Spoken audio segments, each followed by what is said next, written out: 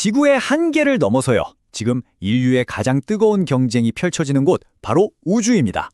오늘은 데이터와 자원을 둘러싼 이 새로운 우주 경쟁, 그 최전선을 아주 깊숙이 한번 들여다보겠습니다.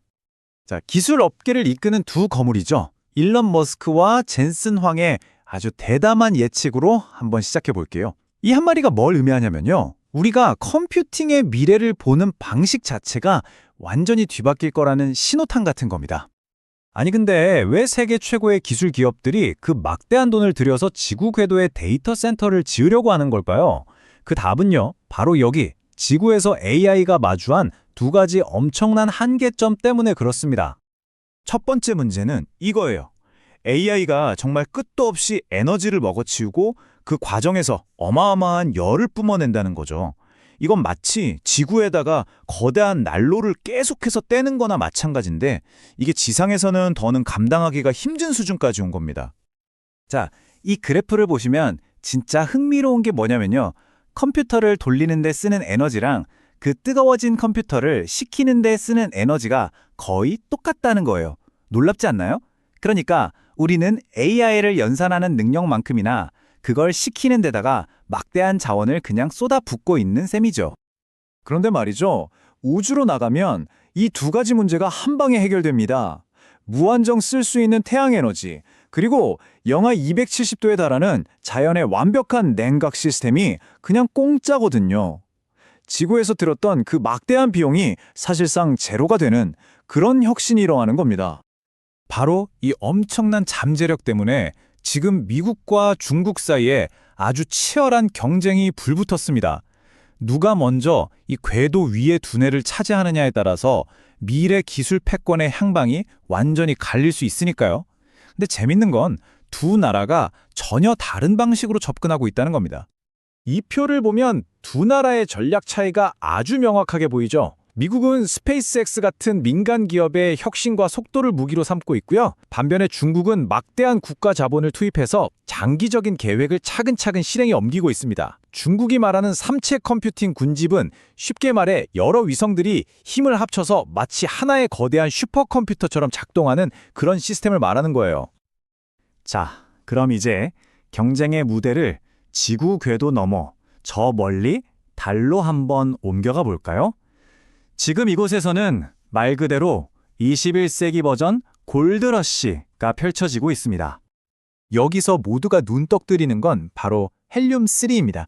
이게 핵융합 발전에 쓰이면 방사성 폐기물이 거의 없는 아주 깨끗하고 막대한 에너지를 만들 수 있는 그야말로 꿈의 자원이죠. 지구에는 거의 없는데 달에는 아주 풍부할 걸로 예측되고 있어요. 그 가치가 어느 정도인지 좀 실감나게 비교해 볼까요? 우리가 아는 불법 마약, 코카인이 킬로그램당 수만 달러에 거래된다고 하잖아요. 그런데 헬륨-3는 단 1g만으로도 그 정도 가치를 가질 걸로 추정돼요. 정말 상상을 초월하는 가치인 거죠. 중국은 이 목표를 위해서 수십 년 동안 정말 흔들림 없이 나아갔습니다. 달 탐사선을 보내서 샘플을 가져오고 마침내 그 안에서 헬륨-3를 확인해냈죠. 그리고 이제는 한 걸음 더 나아가서 아예 달에 원자로를 지어서 채굴 적전에 직접 동력을 공급하겠다는 아주 담대한 계획까지 세우고 있습니다. 중국의 이런 행보가 당연히 미국을 자극했겠죠. 결국 미국도 자체 계획을 서둘러서 저 중국 러시아 연합보다 5년 먼저 2030년까지 달에 독자적인 동력원을 만들겠다, 이렇게 경쟁적인 목표를 발표하게 된 겁니다. 여기서 이런 근본적인 질문이 생기죠. 아니 근데 국가들이 마음대로 이렇게 해도 되는 건가요? 원래 우주는 어느 한 나라의 것이 아니라 우리 인류 모두의 자산 아니었나요? 문제의 핵심은 바로 1967년에 맺어진 우주조약에 있습니다. 미국, 러시아를 포함해서 117개 나라가 서명한 이 조약은 어떤 나라도 달이나 다른 행성에 대해 영유권을 주장할 수 없다고 분명히 못 받고 있어요. 하지만 여기서 결정적인 차이가 생깁니다. 그 이후에 달의 자원 소유까지 금지하려고 했던 달협정이라는 게 또 제시됐거든요. 그런데 보세요. 여기에 서명한 나라는 고작 17개국뿐입니다. 미래의 가능성을 포기하고 싶지 않았던 주요 우주 강대국들은 아무도 서명하지 않았죠. 바로 이게 지금의 우주 경쟁을 가능하게 한 결정적인 법적 허점입니다. 비유하자면 이런 거예요. 땅주인은 될 수 없지만 그 땅에서 나는 과일은 따가도 괜찮다는 식이죠. 그러니까 달에 깃발 꽂고 이건 내 땅 할 수는 없지만 그곳의 자원을 캐서 가져오는 걸 막을 실질적인 조항은 없는 셈입니다. 자, 이렇게 거대 강대국들이 규칙 없는 경쟁을 벌이는 이 거친 우주 시대의 마지막 질문이 남습니다.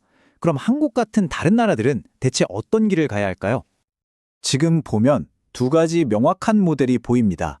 하나는 속도와 효율을 최우선으로 하는 미국의 시장 중심 접근법. 다른 하나는 강력한 국가 통제 아래서 장기적인 목표를 향해 움직이는 중국의 전략. 각각 장단점이 아주 뚜렷한 방식이죠. 하지만 과거의 우주 경쟁 때랑은 상황이 완전히 다릅니다. 이제 한국은 더 이상 구경꾼이 아니에요. 여기 보이는 카드들처럼 반도체, 배터리, 통신 기술 같은 우주 개척에 없어서는 안 될 아주 강력한 기술이라는 에이스 카드를 우리가 손에 쥐고 있습니다. 결론적으로 우주는 이제 더 이상 먼 미래의 꿈이 아닙니다. 현실의 경제이고 새로운 패권의 무대가 됐어요. 이제 남은 질문은 바로 이겁니다. 한국은 과연 우리가 가진 이 독보적인 기술 강점을 어떻게 활용해서 이 새로운 우주경제 시대의 주역으로 자리매김할 것인가? 인류 역사의 다음 장은 바로 그 전략에 달려 있을 겁니다.